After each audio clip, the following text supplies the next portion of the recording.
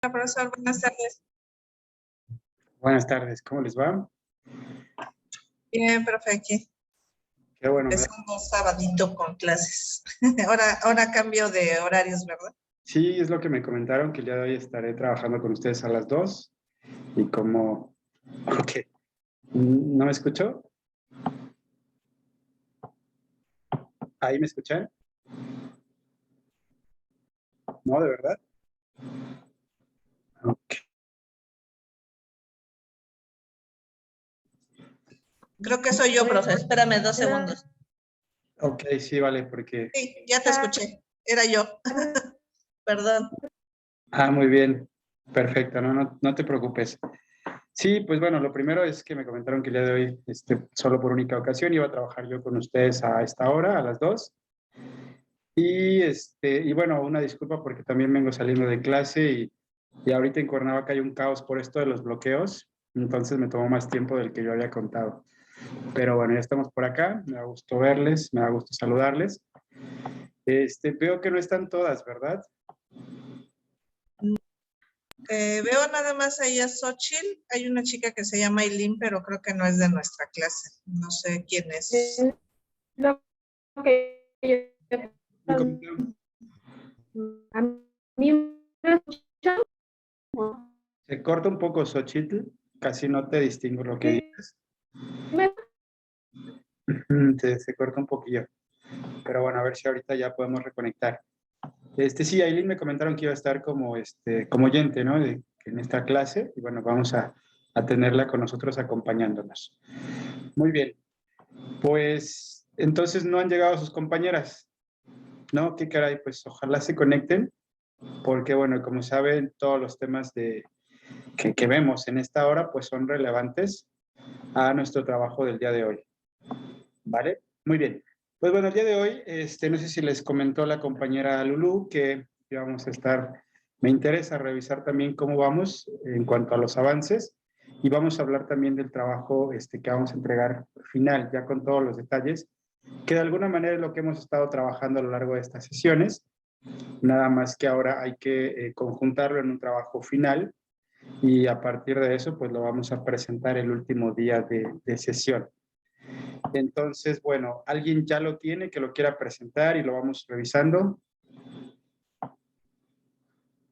Sí, si quieres, yo lo tengo. ¿Puedo compartir pantalla? Sí, a ver, adelante, intenta si puedes compartir porque me parece que luego las opciones no permiten a los alumnos. En caso de que no me deja. no, ok, en caso de que no, ¿me lo puedes enviar? Ok. Te comparto mi correo o te comparto el WhatsApp, creo que ya lo tienen, ¿verdad? No, creo que no. ¿No? Bueno, si no, ahora te envío. Envíalo a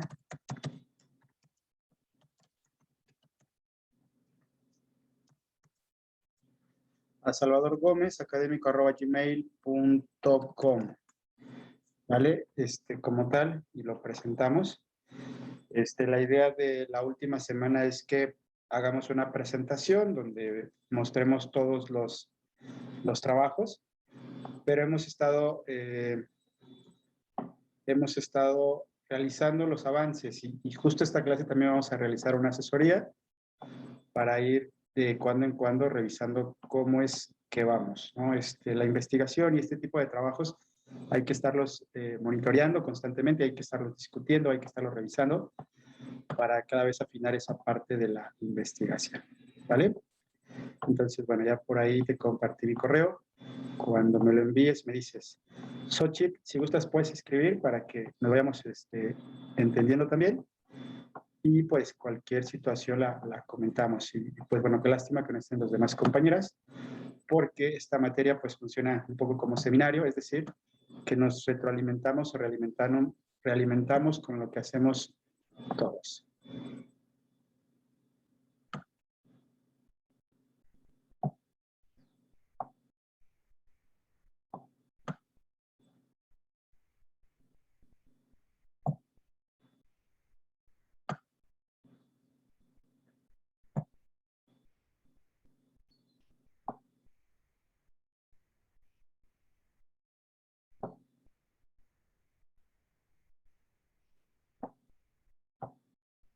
Bueno, hasta el momento no sé si tengan alguna duda, alguna inquietud, algo que añadir.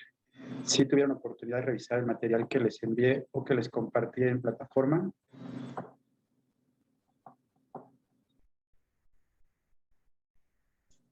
Por ahí es importante revisar la página de la UNAM que les he compartido cerca de las citas, que lo estuvimos comentando también en la clase pasada. Quedó también tarea revisar lo que es la presentación de la hipótesis, que en clase también la vimos. Y me parece que al momento es eso, ¿no? Lo que vamos realizando. Ya nada más nos faltaría revisar lo que es el marco teórico, es decir, en qué autores vamos a sustentar nuestros postulados y a partir de ello, pues desarrollar el trabajo final o fundamentar el trabajo final, que es lo que se requiere para un profesional de la educación y cualquier tipo de profesionista en general, argumentar con bases científicas, con bases teóricas, todos nuestros postulados, ¿no? Estamos haciendo esto que se conoce como ciencia y pues bueno, la ciencia se justifica. No me ha llegado todavía, Mari Carmen. Ahorita voy, profe, tengo un poquito de lento el internet. Ya voy a entrar a mi Gmail para enviártelo. Vale, no te preocupes. De todos modos, yo les voy a presentar también mi trabajo final, para que tengan un poco claro, ¿no? También cómo es que se realiza.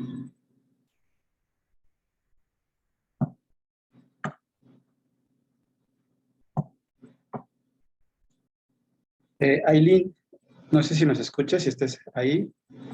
Y si tienes... Sí, sí los escucho.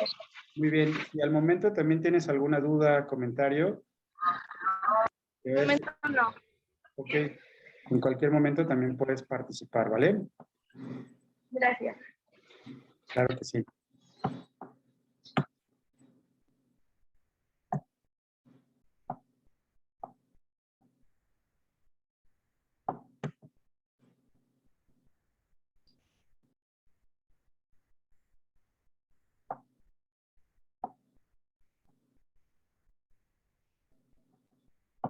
Generalmente su horario de entrada es a las 2, ¿verdad? De ustedes. Sí, es que de repente me preguntaba eso porque también no creo que no pudo estar su profesora de las 2, por eso hicimos este cambio. Pero pues me sorprende que no estén sus compañeras. Eso me sorprende. Pero bueno, estamos ¿Quién por sabe ahí. que se les atoró por ahí, que no están? Están, exacto, ¿no? A Ya veces, casi, profe, ya casi. Es que esta no es mi compu y no la conozco, perdón. claro, no te preocupes. Mientras carga, ¿les parece si les presento el mío? También, Xochitl, si gustas, puedes enviármelo para que lo presentemos enseguida. Y bueno, yo les voy a dar constancia de qué fue lo que hice, más o menos, cuando me tocó hacer mi proyecto de investigación. Y también me pueden hacer las observaciones y comentarios necesarios, ¿de acuerdo?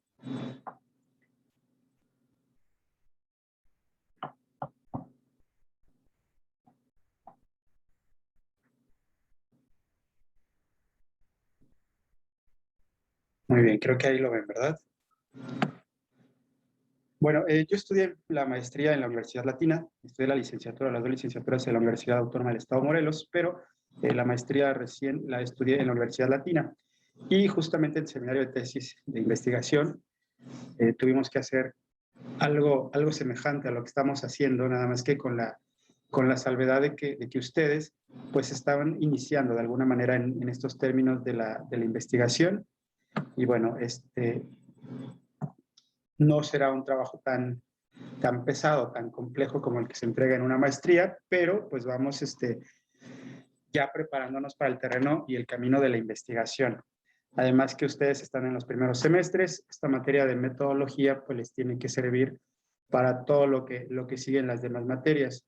Por ejemplo, estaba yo escuchando ahora que hice este sondeo con ustedes acerca de los diferentes rubros de esta licenciatura. Había una materia que tuvieron comentarios a hacerme acerca de que en esta materia la profesora les argumentaba que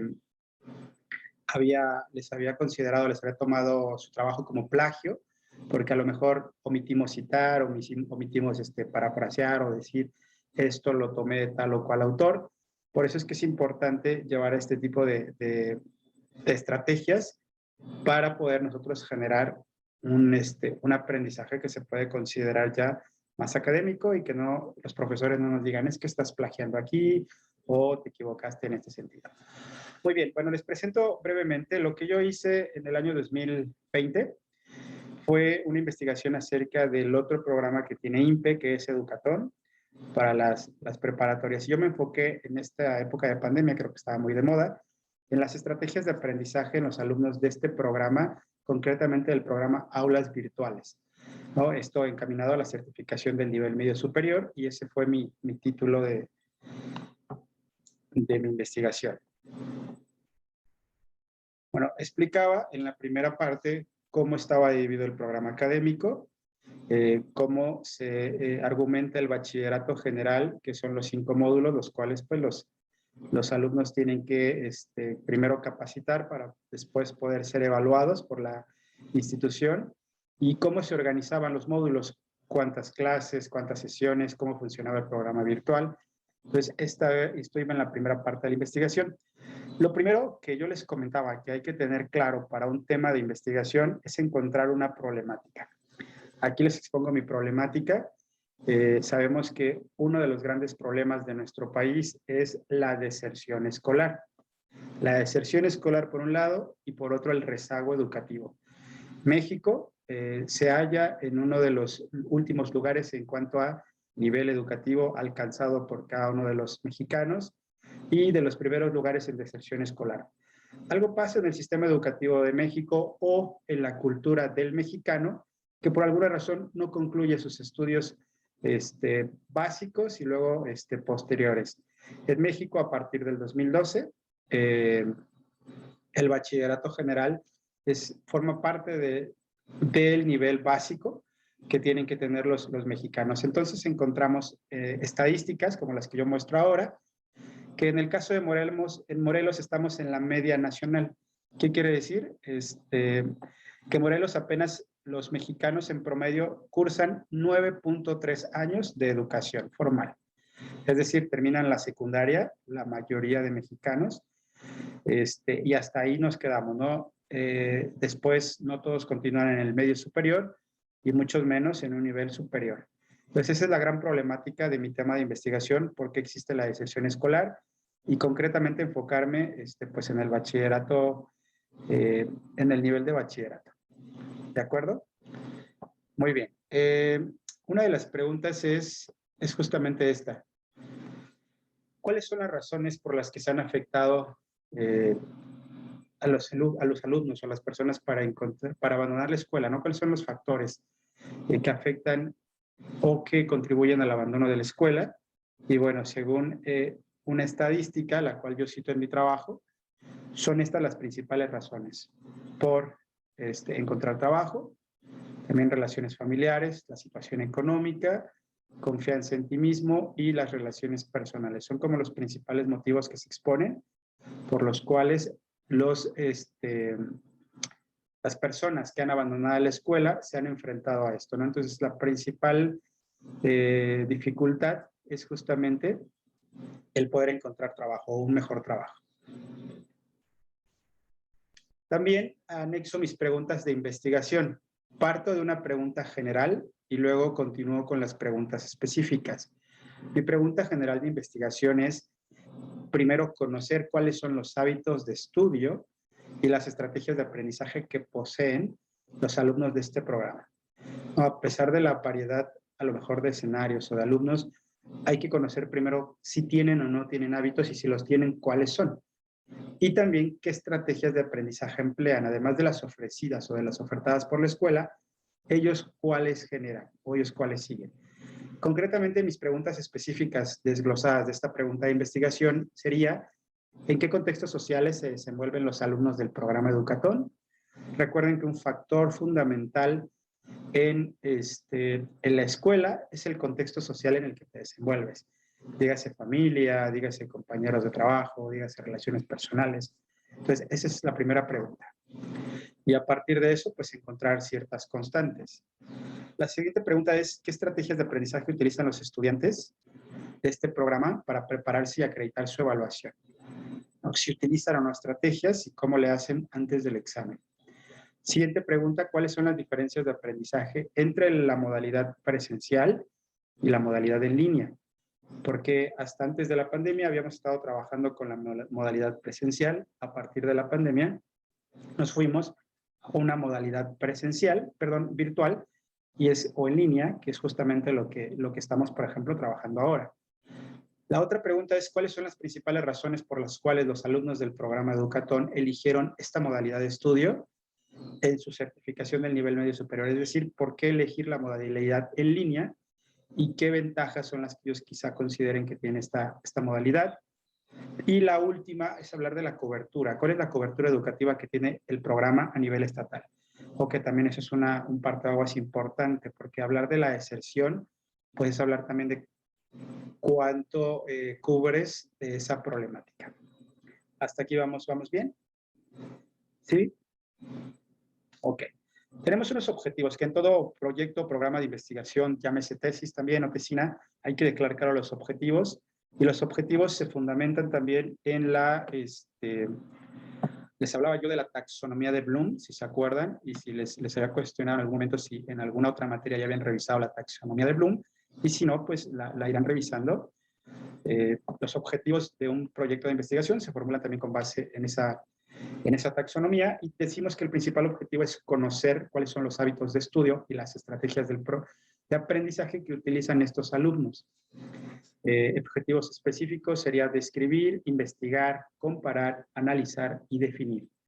¿Vale? A eso me refiero con la taxonomía de Bloom, porque la taxonomía de Bloom nos adecúa los verbos dependiendo a lo que queramos generar. Entonces, describimos primero los contextos sociales en los que viven los alumnos, investigamos cuáles son las estrategias de aprendizaje, comparamos las diferencias y similitudes entre la modalidad presencial y en línea. Con base en esa comparación, analizamos las principales razones por las cuales los alumnos eligieron este programa y definimos cuál es la cobertura educativa que tiene el programa a nivel estatal. Como pueden observar aquí, con base en los objetivos, mi investigación se quedaría en una investigación diagnóstica o básica. Recuerden que tenemos dos tipos de investigaciones, que lo comentábamos desde la primera clase y segunda clase.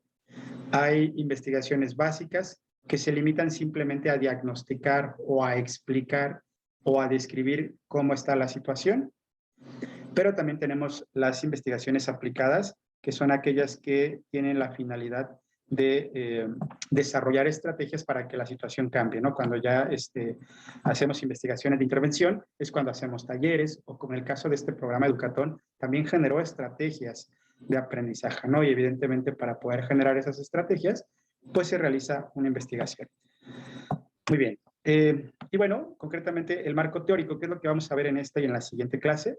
El marco teórico es, como les comentaba en las clases iniciales, encuadrar la problemática en ciertos conceptos o en ciertas teorías. Los conceptos principales que yo voy a desarrollar en esta investigación son dos. El primero es estrategias de aprendizaje y el segundo es la teoría conocida como el constructivismo. Y hablar de estrategias de aprendizaje es citar principalmente a Díaz Barriga. Díaz Barriga es un investigador que se ha encargado recientemente a generar estudios acerca de qué es una estrategia de aprendizaje, y por ahí doy una pequeña definición para explicar qué voy a entender yo por estrategias de aprendizaje: conjunto de pasos, operaciones o habilidades en las cuales el aprendiz, de forma consciente, controla sus procesos de estudio y de aprendizaje. Entonces, este es mi marco teórico. Me voy a centrar en lo que dice Díaz Barriga, en lo que dice Castañeda, en lo que dice Gansky y Eliot, ¿no? Y doy por ahí las fechas y las páginas.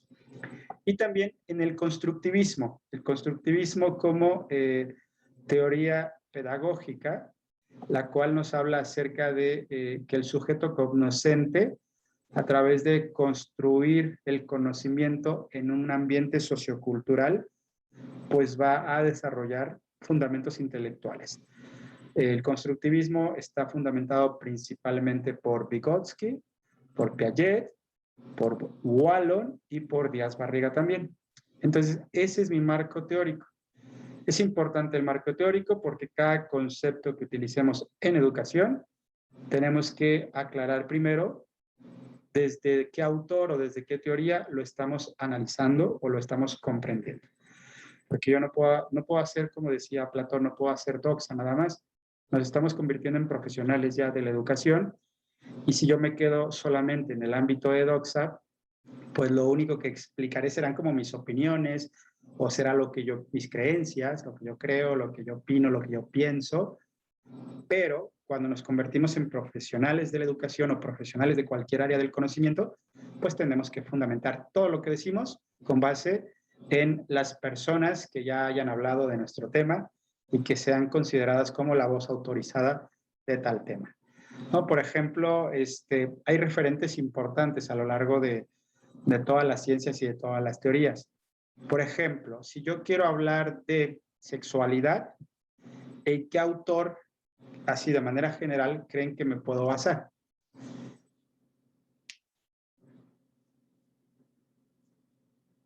Por ejemplo, estoy dando clase a sexto, a quinto y sexto de primaria y les vas a hablar de sexualidad. Ok, puedes como profesor o como persona adulta hablarles de a lo mejor lo que tú sabes, lo que tú has escuchado o de tus experiencias incluso, aunque bueno, habría que ponerlo eso entre muchas comillas. Pero para hablar de sexualidad, lo primero que tienes que hacer es fundamentar, ¿no? En quién, desde dónde lo vas a hablar y también, pues, qué material vas a usar adecuado a la edad escolar. Entonces, eso también es parte del marco teórico. ¿Sale? Si ustedes revisan todos los decretos y todos los acuerdos que enuncia la SEP cada año, todos tienen su referencia. Por ejemplo, cuando entró López Obrador, se hablaba de la NEM, es decir, de la Nueva Escuela Mexicana. Pero si empezábamos a revisar la teoría, a pesar de que se llamara Nueva Escuela Mexicana, que tenía fundamentos diferentes de los anteriores o de los revisados con otros sexenios o incluso con otros ciclos escolares, pues mucha de esa información estaba basada en autores que habían enunciado estas teorías en la década de los 90, incluso en la década de los 80 del siglo XX. Entonces, también pudiéramos poner en cuestión qué de tanto tiene la Nueva Escuela Mexicana. O sea, a pesar de que pudiéramos hablar de la Nueva Escuela Mexicana, está basada en teorías que se escribían ya desde hace 20, incluso 30 años, ¿no? Entonces, pues todo esto lo tenemos que fundamentar y a esto se refiere el marco teórico. ¿De acuerdo hasta aquí? Sí. Ok, recuerden o reitero que cualquier duda, inquietud, pregunta, adelante, por favor, pueden comentar. Muy bien. Otro aspecto que es importante aclarar es, y esto también se puso en boga mucho el año pasado, con todo esto que surgió a partir de la pandemia, es hablar del aprendizaje virtual. ¿Qué tipo de aprendizaje es en el cual me voy a basar o qué tipo de aprendizaje es el que está ocupando Educatón? Si se le llama en línea, si se le llama virtual o se le llama a distancia, que a veces hemos ocupado la misma palabra para clasificar al mismo tipo, a diferentes tipos de aprendizaje. Entonces sí hay que tener claro de qué es lo que estamos hablando. Y bueno, nos vamos a basar en términos anglosajones que ya se habían o ya se venían gestando durante décadas anteriores, incluso el e-learning, por ejemplo, que son las enseñanzas y aprendizajes digitales. Es lo que se conoce como una educación a distancia a través de las tecnologías. O el blended learning o el flipped classroom, que consiste en combinar la enseñanza cara a cara en el aula con las posibilidades que ofrecen las tecnologías para continuar aprendiendo incluso fuera del recinto académico. Antes de la pandemia, por ejemplo, había instituciones, había incluso profesores, había investigadores que ya trabajaban lo que se conoce como la estrategia de aulas invertidas. Las aulas invertidas consistían en usar las tecnologías para que el alumno aprendiera. Un aprendizaje tradicional hasta antes de la pandemia, ¿qué pasaba? Los alumnos llegaban a la escuela, sea primaria, sea secundaria o sea preparatoria, y a veces los profesores lo que hacían es dame tu celular o guarda el celular en clase. Y entonces se convertía en un duelo, en una batalla, justamente eso, ¿no? Que si el alumno sacaba el celular mientras el profesor no se daba cuenta, o el profesor le quitaba el celular al alumno, ¿no? Si se veía eso. Entonces, varios investigadores decidieron echar mano de eso y mejor ocupar las tecnologías para que los alumnos realmente aprendieran. ¿Cómo? Con lo que se conoció con la estrategia de aula invertida, que consistía en, fuera del contexto de clase, fuera del salón de clase presencial, los profesores grababan videos con pequeños desarrollo de temas que iban a ver en la siguiente clase. Y entonces les dejaban a los alumnos de tarea que vieran estos videos o que revisaran este material en digital para que llegaran a la clase con este conocimiento previo y los alumnos detonaran el aprendizaje en la escuela. Es decir, que no fuera la escuela tradicional donde el estudiante simplemente se queda pasivo, escuchando lo que el profesor tiene que decir, sino que el estudiante llegara a clase ya con ese conocimiento y empezara a generar lo que es la clase. Entonces, esas estrategias, mucho antes de la pandemia, ya se habían desarrollado. Sin embargo, en la pandemia se hicieron visibles y muchas se catapultaron. Classroom, por ejemplo, esta aplicación de Google, ya tenía aproximadamente 8 años que había surgido, pero no tiene el auge que tuvo durante la pandemia. El Zoom también, por ejemplo, se había ocupado como videollamadas, existían otras aplicaciones, pero Zoom, por ejemplo, trajo el mayor auge, incluso justo en la pandemia. Entonces, otro de los conceptos que yo intento aclarar, pues, es justamente esto, porque es importante, pues, mencionarlo. También hay que hablar de la metodología, que en alguna clase revisábamos que la metodología son los pasos a seguir de acuerdo a una investigación. Toda investigación requiere de una serie de pasos y yo les comentaba que existían al menos 3 tipos de enfoque en cuanto a una metodología. ¿Recuerdan cuáles son los tipos de enfoque? Hablando de metodología de investigación. A ver. Tenemos el enfoque cualitativo. Muy bien. Luego el enfoque ¿qué? Cuantitativo. Cuantitativo. O también el enfoque ¿qué? Mixto, que es este que estoy ocupando acá. Y que el mixto es ocupar el cualitativo y el cuantitativo también, ¿no? Y yo justifico o explico por qué ocupo ambos métodos, ¿no? Es decir, no solo me quedo en lo cuantitativo de dar gráficas, de dar números, sino vamos también a lo cualitativo, que es un enfoque de investigación un poco más interpretativo. Y bueno, los resultados son lo que yo espero alcanzar con mi investigación.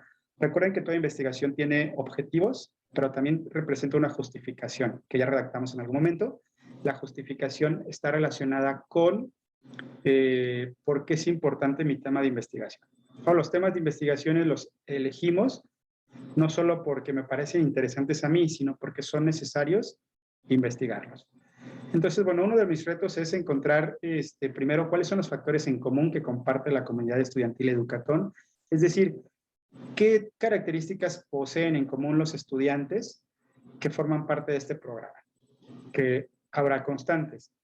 Por otro lado, también es mejorar las estrategias didácticas del programa Aulas Virtuales para beneficio del aprendizaje y también generar mayor cobertura y con ello erradicar el rezago educativo que existe primero en el estado de Morelos o en el municipio de Cuernavaca y posteriormente pues ir al estado y a la República Mexicana. En algún momento, a lo largo antes de la pandemia, Educatón tenía grupos en todos los estados de la República o en la mayoría de estados de la República, pero pues bueno, después a raíz de la pandemia, pues las aulas virtuales hicieron esa cobertura, ¿no? Teníamos alumnos de diferentes partes de la República. Y les muestro, hay una imagen de cómo se trabajó en el momento Aulas Virtuales Educatón, con quien tenga la experiencia, se trabajó con la plataforma de Facebook, porque se consideró que era la más accesible para los estudiantes. Actualmente los estudiantes que forman parte del programa Aulas Virtuales están en una plataforma similar a ustedes, con la plataforma de Moodle, y también con la aplicación de Zoom para las videollamadas de manera sincrónica. Y bueno, ya casi para terminar, hablo un poco de la importancia de la investigación en un posgrado. Yo les he hablado, creo que desde el inicio, de la importancia de esta asignatura, como todas, y como profesionales de la educación. La investigación es importante porque siempre es importante comprender la realidad.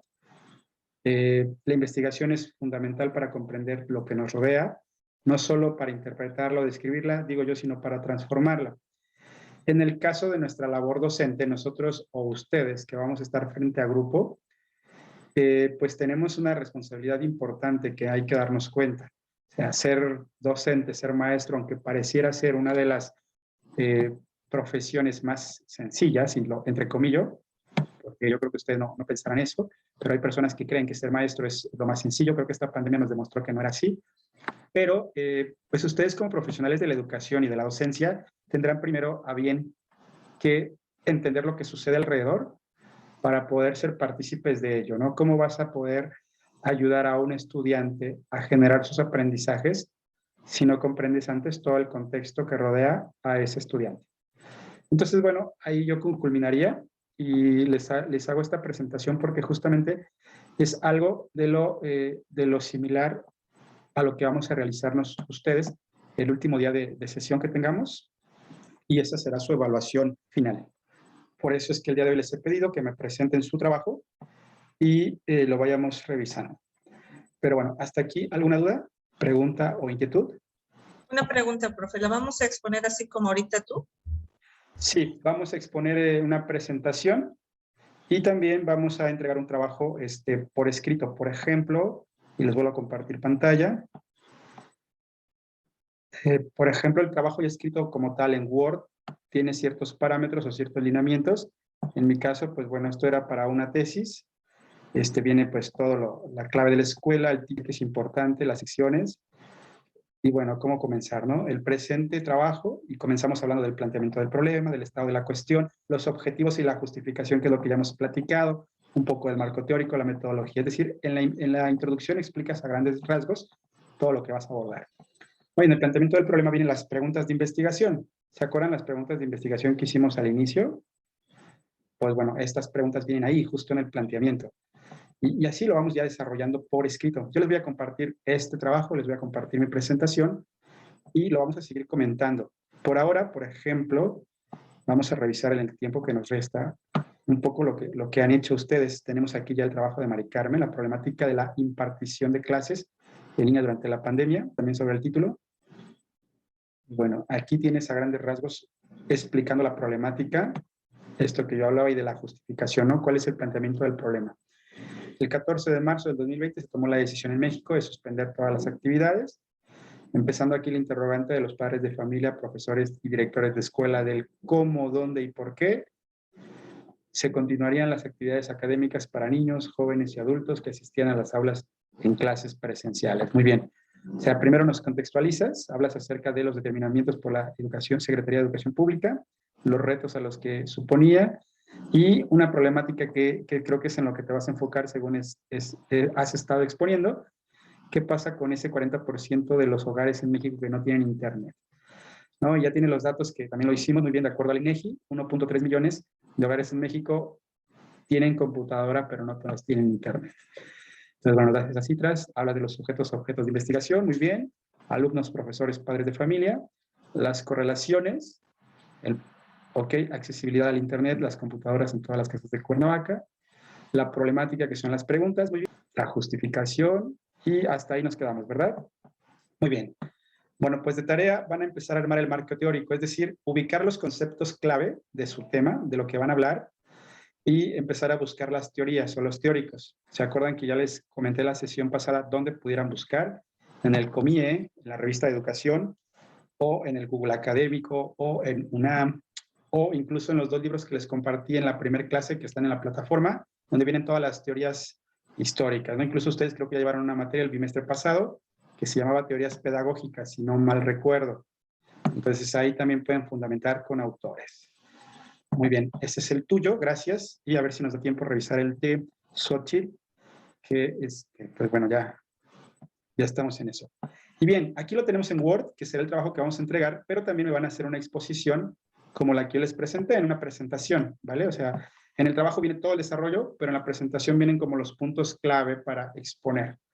Sí, tal cual. Violencia contra niñas, niños y adolescentes dentro del entorno familiar y en las redes durante la pandemia. Ok, la observación aquí, Xochitl, sería delimitar un poco más, ¿cuáles son tus sujetos de investigación? Es decir, los niños de la primaria Benito Juárez en Cuernavaca o los niños de 2 primarias o concretamente qué casos, ¿no? A lo mejor por acá lo explicas, pero desde el título hay que delimitar, ¿vale? Y la violencia quizá, ok. O por ejemplo, podrías estudiar como los casos en redes también, pero bueno, ya te daré las observaciones en esta semana pertinentes para que vayamos corrigiendo. Muy bien, pues bueno, ¿cómo ven hasta aquí? No sé si tengamos alguna duda, algún comentario o alguna inquietud. La exposición puede ser PowerPoint, lo que sea. Así es. Sí, claro, PowerPoint. Ya se apagó tu audio, Mari Carmen, ya no te escuché lo demás. Te lo tendríamos que enviar el PowerPoint a tu correo para que tú lo pudieras proyectar, ¿no? Así es. Ok. Y eso lo haremos ya en la última sesión. Todavía tenemos otra sesión de asesoría para ver cómo vamos. Esta semana, pues vayan ya cerrando el trabajo de investigación. Yo les envío la rúbrica hoy o mañana con todos los puntos. Cualquier duda me están comentando. Y tenemos todavía la siguiente sesión de asesoría y en la última sería cuando haríamos la presentación. ¿Vale? Ok. Muy bien, pues no sé si tengan alguna otra duda, algún otro comentario, alguna inquietud. ¿No? Pues bueno, Aileen, ¿algún comentario, Aileen? No, todo está bien, gracias. Excelente. Pues bueno, jóvenes, se nos acaba el tiempo. Yo les agradezco el tiempo prestado. Espero que cualquier situación, también sus compañeras se comuniquen conmigo. Un placer, como siempre, verles. Bonito fin de semana. Y trabajen y estamos en contacto a cualquier duda. Un abrazo. Hasta luego. Gracias, profesor. Hasta luego. Hasta luego.